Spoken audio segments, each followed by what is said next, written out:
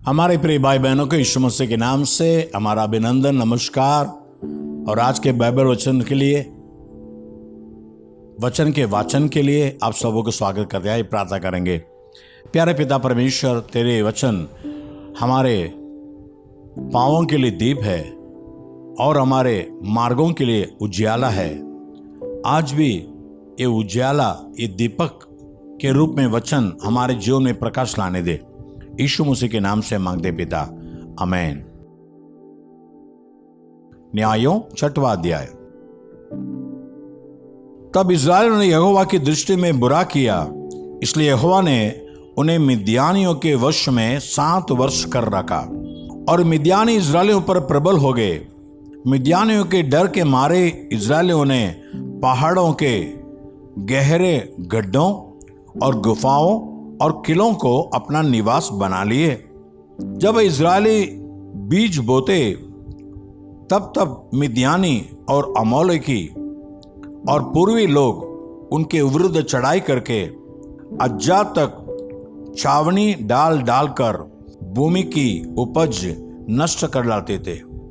और इस्राएलियों के लिए न तो कुछ भोजन वस्तु और न भेड़ बकरी और न गाय बैल और न गधा छोड़ते थे, क्योंकि वे अपने पशुओं और डेरों के लिए हुए चढ़ाई करते और टिट्टियों के दल के समान बहुत आते थे और उनके ऊंट भी अनगिनत होते थे।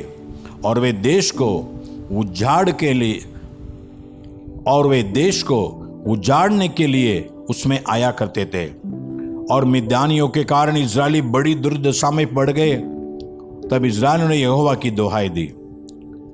जब इस्राएलियों ने मिद्यानियों के कारण यहोवा की दोहाई दी, तब यहोवा ने इस्राएलियों के पास एक नबी भेजा, जिसने उनसे कहा, इस्राएल का परमेश्वर यहोवा यूं कहता है, मैं तुमको मिस्र में से ले आया और दासत्व के घर से निकाल ले आया। और मैंने तुमको मिस्रियों के हाथ से, वरन जितने तुम पर अंधेर करते थे उन सबों के हाथ से छुड़ाया और उनको तुम्हारे सामने से बरबस निकालकर उनका देश तुम्हें दे दिया। और मैंने तुमसे कहा, मैं तुम्हारा परमेश्वर यहोवा हूं। एमोरी लोग जिनके देश में तुम रहते हो, उनके देवताओं का भय न मानना, पर तो तुमने मेरा कहना नहीं माना। फिर यहोवा का दूत आकर उस बांज वृक्ष के तले बैठ गया, जो ओप्रा में अबीएजरी योवाश का था। और उसका पुत्र गिदोन एक दाखरस के कुंड में गेहूं इसलिए जाड़ रहा था कि उसे मिद्यानियों से छिपा रखे। उसको यहोवा के दूत ने दर्शन देकर कहा, ए शूरवीर सूरमा, यहोवा तेरे संग है। गिदोन ने उससे कहा, हे मेरे प्रभु, विनती सुन, यदि यहोवा हमारे संग होता तो हम पर यह सब विपत्ति क्यों पड़ती? और जितने आश्चर्य कर्मों का वर्णन हमारे पुरखा यह कहकर करते थे, क्या यहोवा हमको मिस्र से नहीं छुड़ा लाया? वे कहाँ रहे? अब तो यहोवा ने हमको त्याग दिया और मिद्यानियों के हाथ कर दिया है। तब यहोवा ने उस पर दृष्टि करके कहा, अपनी इसी शक्ति पर जा और तो इस्राएलियों को मिद्यानियों के हाथ से छुड़ाएगा। क्या मैंने तुझे नहीं भेजा? उसने कहा, हे मेरे प्रभु, विनती सुन, मैं इस्राएलियों को कैसे छुड़ाऊं? देख, मेरा कुल मनुष्य में सबसे कंगाल है। फिर मैं अपने पिता के घराने में सबसे छोटा हूं। यहोवा ने उससे कहा, निश्चय मैं तेरे संग रहूंगा, इसलिए तू मिद्यानियों को ऐसा मार लेगा जैसा एक मनुष्य को। गिदोन ने उसे कहा, यदि तेरा अनुग्रह मुझ पर हो तो मुझे इसका कोई चिन्ह दिखा कि तू ही मुझसे बातें कर रहा है। जब तक मैं तेरे पास फिर आकर अपनी भेंट निकालकर तेरे सामने न रखूं, तब तक तू यहां से न जा। उसने कहा, मैं तेरे लौटने तक ठहरा रहूंगा। तब गिदोन ने जाकर बकरी का एक बच्चा और एक एपा मैदे की अखमीरी रोटियां तैयार की। तब मांस को टोकरी में और जूस को तसले में रखकर बांज वृक्ष के तले उसके पास ले जाकर दिया। परमेश्वर के दूत ने उससे कहा, मांस और अखमीरी रोटियों को लेकर इस चट्टान पर रख दे और जूस को उंडेल दे। उसने ऐसा ही किया। तब यहोवा के दूत ने अपने हाथ की लाठी को बढ़ाकर मांस और अखमीरी रोटियों को छुआ और चट्टान से आग निकली, जिससे मांस और अखमीरी रोटियां भस्म हो गई। तब यहोवा का दूत उसकी दृष्टि से ओझल हो गया। जब गिदोन ने जान लिया कि वह यहोवा का दूत था, तब गिदोन कहने लगा, हाय प्रभु यहोवा, मैंने तो यहोवा के दूत को साक्षात देखा है। यहोवा ने उससे कहा, तुझे शांति मिले, मत डर, तू न मरेगा। तब गिदोन ने वहां यहोवा की एक वेदी बनाकर उसका नाम यहोवा शालोम रखा। वह आज के दिन तक अबीएजेरियों के ओपरा में बनी है। फिर उसी रात को यहोवा ने गिदोन से कहा, अपने पिता का जवान बैल अर्थात दूसरा 7 वर्ष का बैल ले और बाल की जो वेदी तेरे पिता की है उसे गिरा दे और जो अशेरा देवी उसके पास है उसे काट डाल और उस दृढ़ स्थान की चोटी पर ठहराई हुई रीति से अपने परमेश्वर यहोवा की एक वेदी बना।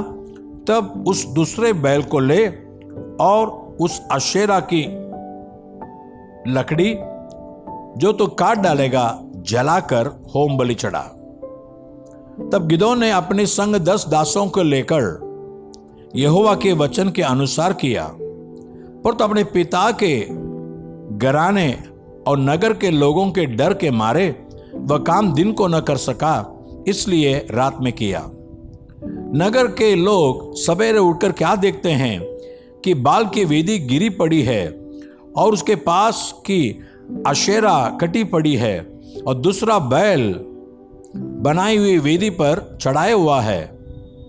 तब वे आपस में कहने लगे, ये काम किसने किया? और पूछ पाछ और ढूंढ धांड करके वे कहने लगे, यह योवाश के पुत्र गिदोन का काम है।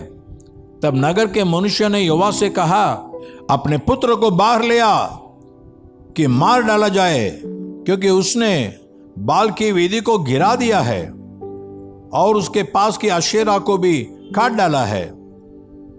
योआश ने उन सबों से जो उसके सामने खड़े हुए थे कहा, क्या तुम बाल के लिए वाद विवाद करोगे? क्या तुम उसे बचाओगे? जो कोई उसके लिए वाद विवाद करे वह मार डाला जाएगा। सवेरे तक ठहरे रहो, तब तक यदि वह परमेश्वर हो तो जिसने उसकी वेदी गिराई है उससे वह आप ही अपना वाद विवाद करे।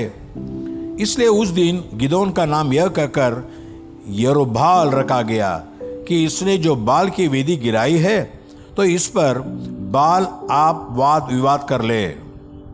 इसके बाद सब मिद्यानी और अमोलेकी और पूर्वी इकट्ठे हुए और पार आकर इज़राइल के तराई में डेरे डाले। तब यहोवा का आत्मा गिदोन में समाया और उसने नरसिंगा फूका। तब अबीएजेरी उसकी सुनने के लिए इकट्ठे हुए। फिर उसने समस्त मनुष्य के पास अपना दूत भेजे और वे भी उसके समीप इकट्ठा हुए। और उसने आशेर, जबूलून और नप्ताली के पास भी दूत भेजे, तब वे भी उससे मिलने को चले आए। तब गिदोन ने परमेश्वर से कहा, यदि तो अपने वचन के अनुसार इज़राइल को मेरे द्वारा छुड़ाएगा तो सुन, मैं एक बीड़ी की ऊन कलिहान में रखूंगा और यदि वो केवल उस ऊन पर पड़े और उसे छोड़ सारी भूमि सूखी रह जाए तो मैं जान लूंगा कि तू अपने वचन के अनुसार इज़राइल को मेरे द्वारा छुड़ाएगा। और ऐसा ही हुआ। इसलिए जब उसने सवेरे उठकर उस ऊन को दबाकर उसमें से ओस निचोड़ी, तब एक कटोरा भर गया। फिर गिदोन ने परमेश्वर से कहा, यदि मैं एक बार फिर कहूं तो तेरा क्रोध मुझ पर न भड़के। मैं इस ऊन से एक बार और भी तेरी परीक्षा करूं, अर्थात केवल ऊन ही सूखी रहे और सारी भूमि पर ओस पड़े। उस रात को परमेश्वर ने ऐसा ही किया, अर्थात केवल ऊन ही सूखी रह गई और सारी भूमि पर ओस पड़ी। दूसरा कुरिन्थियों पहला अध्याय। पौलुस की ओर से जो परमेश्वर की इच्छा से मसीह यीशु का प्रेरित है, और भाई तीमुथियुस की ओर से परमेश्वर की उस कलीसिया के नाम जो कुरिन्थुस में है, और सारे अखया के सब पवित्र लोगों के नाम। हमारे पिता परमेश्वर और प्रभु यीशु मसीह की ओर से तुम्हें अनुग्रह और शांति मिलती रहे। हमारे प्रभु यीशु मसीह के परमेश्वर और पिता का धन्यवाद हो, जो दया का पिता और सब प्रकार की शांति का परमेश्वर है। वह हमारे सब क्लेशों में शांति देता है, ताकि हम उस शांति के कारण जो परमेश्वर हमें देता है उन्हें भी शांति दे सके जो किसी प्रकार के क्लेश में हो। क्योंकि जैसे मसीह के दुखों में हम अधिक सहभागी होते हैं, वैसे ही हम शांति में भी मसीह के द्वारा अधिक सहभागी होते हैं। यदि हम क्लेश पाते हैं तो यह तुम्हारी शांति और उद्धार के लिए है, और यदि शांति पाते हैं तो यह तुम्हारी शांति के लिए है, जिसके प्रभाव से तुम धीरज के साथ उन क्लेशों को सह लेते हो जिन्हें हम भी सहते हैं। हमारी आशा तुम्हारे विषय में दृढ़ है, क्योंकि हम जानते हैं कि तुम जैसे हमारे दुखों में वैसे ही शांति में भी सहभागी हो। हे भाइयों, हम नहीं चाहते कि तुम हमारे उस क्लेश से अनजान रहो जो आसिया में हम पर पड़ा। हम ऐसे भारी बोझ से दब गए थे जो हमारी सामर्थ्य से बाहर था, यहाँ तक कि हम जीवन से भी हाथ धो बैठे थे।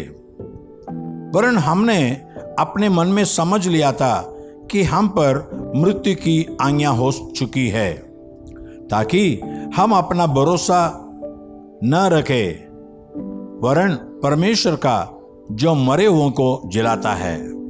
उसी ने हमें मृत्यु के ऐसे बड़े संकट से बचाया और बचाएगा, और उस पर हमारी एक आशा है कि वह आगे को भी बचाता रहेगा। तुम भी मिलकर प्रार्थना के द्वारा हमारी सहायता करोगे कि जो वरदान बहुतों के द्वारा हमें मिला, उसके कारण बहुत लोग हमारी ओर से धन्यवाद करें। क्योंकि हम अपने विवेक की इस गवाही पर गमन करते हैं कि जगत में और विशेष करके तुम्हारे बीच हमारा चरित्र परमेश्वर के योग्य ऐसी पवित्रता और सच्चाई संहिता जो शारीरिक ज्ञान से नहीं परंतु परमेश्वर के अनुग्रह के साथ था। हम तुम्हें और कुछ नहीं लिखते, केवल वह जो तुम पढ़ते या मानते भी हो, और मुझे आशा है कि अंत तक भी मानते रहोगे, जैसा तुम में से कितनों ने मान लिया है कि हम तुम्हारे घमंड का कारण है, वैसे ही तुम भी प्रभु यीशु के दिन हमारे लिए घमंड का कारण ठहरोगे। इसी भरोसे से मैं चाहता था कि पहले तुम्हारे पास आऊं कि तुम्हें एक और दान मिले, और तुम्हारे पास से होकर मकिदुनिया को जाऊं, और फिर मकिदुनिया से तुम्हारे पास आऊं, और तुम मुझे यहूदिया की ओर कुछ दूर तक पहुंचाओ। इसलिए मैंने जो यह इच्छा की थी, तो क्या मैंने चंचलता दिखाई, या जो करना चाहता हूं क्या शरीर के अनुसार करना चाहता हूं कि मैं बाद में हाँ हाँ भी करूं और नहीं नहीं भी करूं? परमेश्वर सच्चा गवाह है कि हमारे उस वचन में जो तुमसे कहा, हाँ और नहीं दोनों नहीं पाए जाते, क्योंकि परमेश्वर पुत्र यीशु मसीह, जिसका हमारे द्वारा अर्थात मेरे और सिलवानुस और तीमुथियुस के द्वारा तुम्हारे बीच में प्रचार हुआ, उसमें हाँ और नहीं दोनों नहीं थे, परंतु उसमें हाँ ही हाँ हुई, क्योंकि परमेश्वर की जितनी प्रतिज्ञा है वे सब उसी में हाँ के साथ है। इसलिए उसके द्वारा आमीन भी हुई कि हमारे द्वारा परमेश्वर की महिमा हो। और जो हमें तुम्हारे साथ मसीह में दृढ़ करता है और जिसने हमारा अभिषेक किया वही परमेश्वर है, जिसने हम पर छाप भी कर दी है और बयाने में आत्मा को हमारे मनों में दिया। मैं परमेश्वर को गवाह करके कहता हूं कि मैं अब तक कुरिन्थुस में इसलिए नहीं आया कि मुझे तुम पर तरस आता था, यह नहीं कि हम विश्वास के विषय में तुम पर प्रभुता जताना चाहते हैं, परंतु तुम्हारे आनंद में सहायक हैं, क्योंकि तुम विश्वासी से स्थिर रहते हो। भजन संहिता 16। हे ईश्वर मेरी रक्षा कर, क्योंकि मैं तेरा ही शरणागत हूं। मैंने परमेश्वर से कहा, तू ही मेरा प्रभु है, तेरे सिवा मेरी भलाई कहीं नहीं। पृथ्वी पर जो पवित्र लोग हैं वे ही आदर के योग्य हैं और उन्हीं से मैं प्रसन्न रहता हूं। जो पराये देवता के पीछे भागते हैं उनका दुख बढ़ जाएगा। मैं उनके लहू वाले अर्घ नहीं चढ़ाऊंगा और उनका नाम अपने ओठों से नहीं लूंगा।